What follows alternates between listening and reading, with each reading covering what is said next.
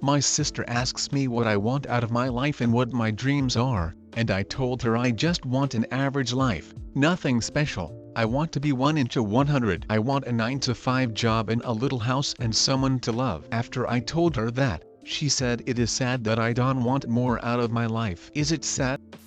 I had to get really sick and ended up incapable of doing anything productive for months, simply to snap me out of this type of desperate to succeed personality. I literally lost everything I had been working toward my entire short life 22F, and realized once I got healthy again that none of it was ever going to make me truly happy. Now, I'm laid off from basic office support and living with my partner, trying to go back to school this fall for a new degree, and I've never been genuinely content on a daily basis. I'm so grateful for every little thing I achieve every day, even if it's just going for a 1-mile run or learning a simple new skill, like baking bread or shooting a free throw. I hope it doesn't take that kind of thing to help you realize that it's okay to slow down, but genuinely, I am so much happier now that I'm measuring my success based on what would truly make me happy, not purely what I felt pressured to achieve.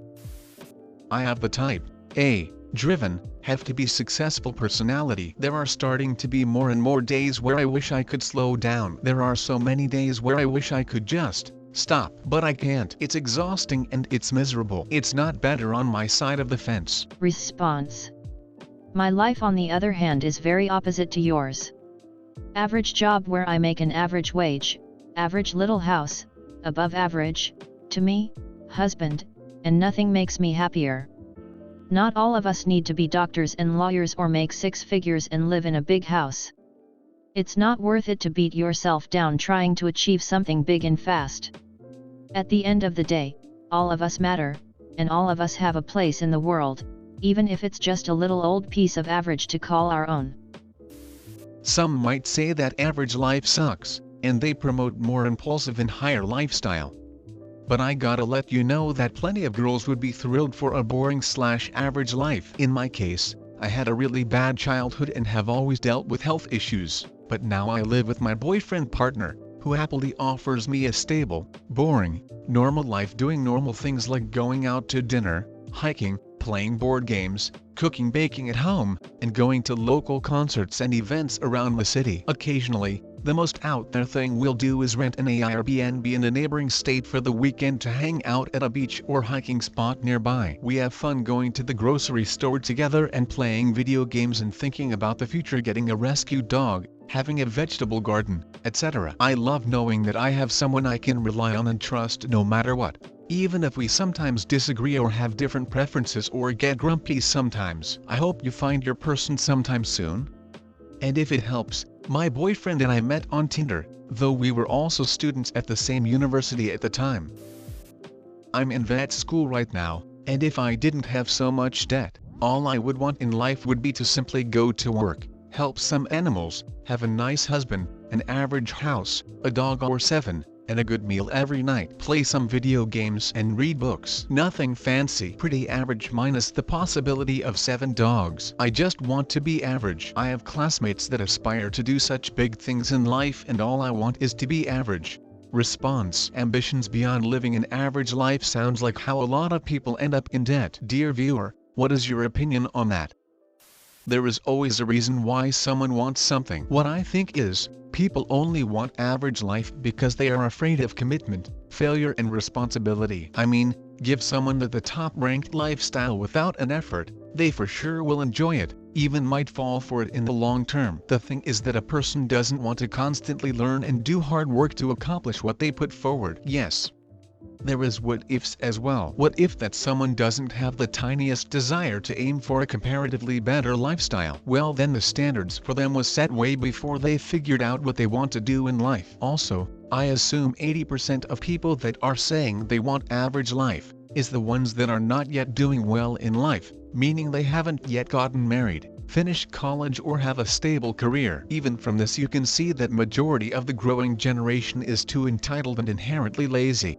My name is Yoshikij Kaira. I'm 33 years old. My house is in the northeast section of Morio, where all the villas are, and I am not married. I work as an employee for the KMU department stores, and I get home every day by 8 p.m. at the latest. I don't smoke, but I occasionally drink. I'm in bed by 11 p.m. and make sure I get 8 hours of sleep, no matter what. After having a glass of warm milk and doing about 20 minutes of stretches before going to bed, I usually have no problem sleeping until morning. Just like a baby, I wake up without any fatigue or stress in the morning. I was told there were no issues at my last checkup. I'm trying to explain that I'm a person who wishes to live a very quiet life. I take care not to trouble myself with any enemies, like winning and losing, that would cause me to lose sleep at night. That is how I deal with society, and I think I have an average lifestyle, and I know that is what brings me happiness. Although, if I were to fight, I wouldn't lose to anyone.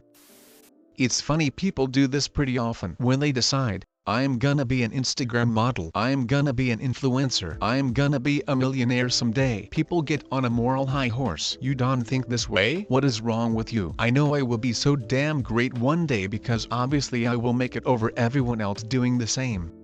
End rant. It is annoying. They are just thinking about clothes and cars. I am thinking about real estate, investments. Okay, cool. Please carry on. Do what you want and I will do what I want. I don't understand this desire to start harassing people with their vision. Consistency, low stress, and the comfort of a small-time life sound super fantastic to me. Clock in, clock out, get paid, go home, see my loved ones, spend my weekends working on my little project cars, go for sunny drives on the weekend. What is there to disagree with? I don't want to spend my life making deals, dealing with lawyers, doing all sorts of legally required shit, getting permits, having a circus for a tax return, receiving notices, giving notices, just to maybe one day get to buy a Maserati instead of a Mustang. Edit it about different strokes for different folks.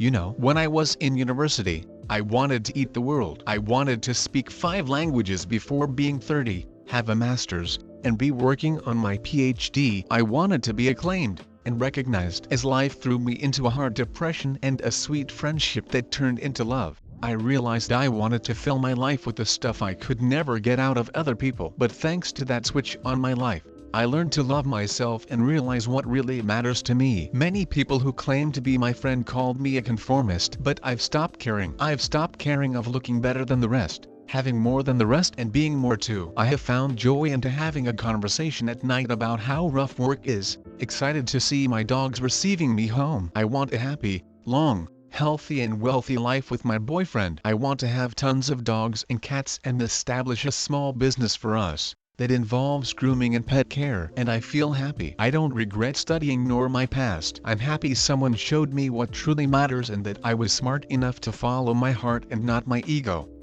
Statistically, and by pure logic, average is what most of us get anyway. Lol. There is nothing wrong with it. An ordinary life being a good and noble life is an idea that goes back at least to Roman philosophers. The School of Life has a couple of good videos on that topic on YouTube. You should check them out. That's exactly what I want to say. I think the idea that everyone should be unique and special is a bit of a hoax. And if you think about it, those who are content and satisfied with life have already won. While some people are sprinting towards having more, doing more, making more money, being more, they are doing those things because they feel they should have, do, make and be more than they already are. If you are striving for a crazy amount more than what you have, you've likely made it. Nothing sad at all in having an average life. I wanted to set the world on fire when I was in my teens and 20s. I was the overachiever who was involved in several extracurricular activities in school and who made herself sick with studying and perfectionism. I have gotten involved in events or projects to make other people happy and to feel needed while feeling so drained and wishing to be at home. I thought I was having a heart attack a few years ago and went to the ER. Thankfully, the symptoms were only due to anxiety and stress. But that was my wake-up call. I still do my work well and take care of my responsibilities, but my health is not worth sacrificing for perfection and unattainable goal. Anyway, I am very thankful for where I am in my life and know the hard work paid off. But now I am content enjoying time with my love after we are both off work and taking life one day at a time. There is joy and peace. There is meaning and serenity. Not everyone who is posting about their triumphs on social media or bragging about them in person is necessarily fulfilled completely or 100% happy. We hear all the time about celebrities are wealthy, ambitious people suffering from depression or other issues, read the poem Richard Cory for a bleak example. If you can rest your head on your pillow at the end of the day and feel comfort, you are doing very, very well.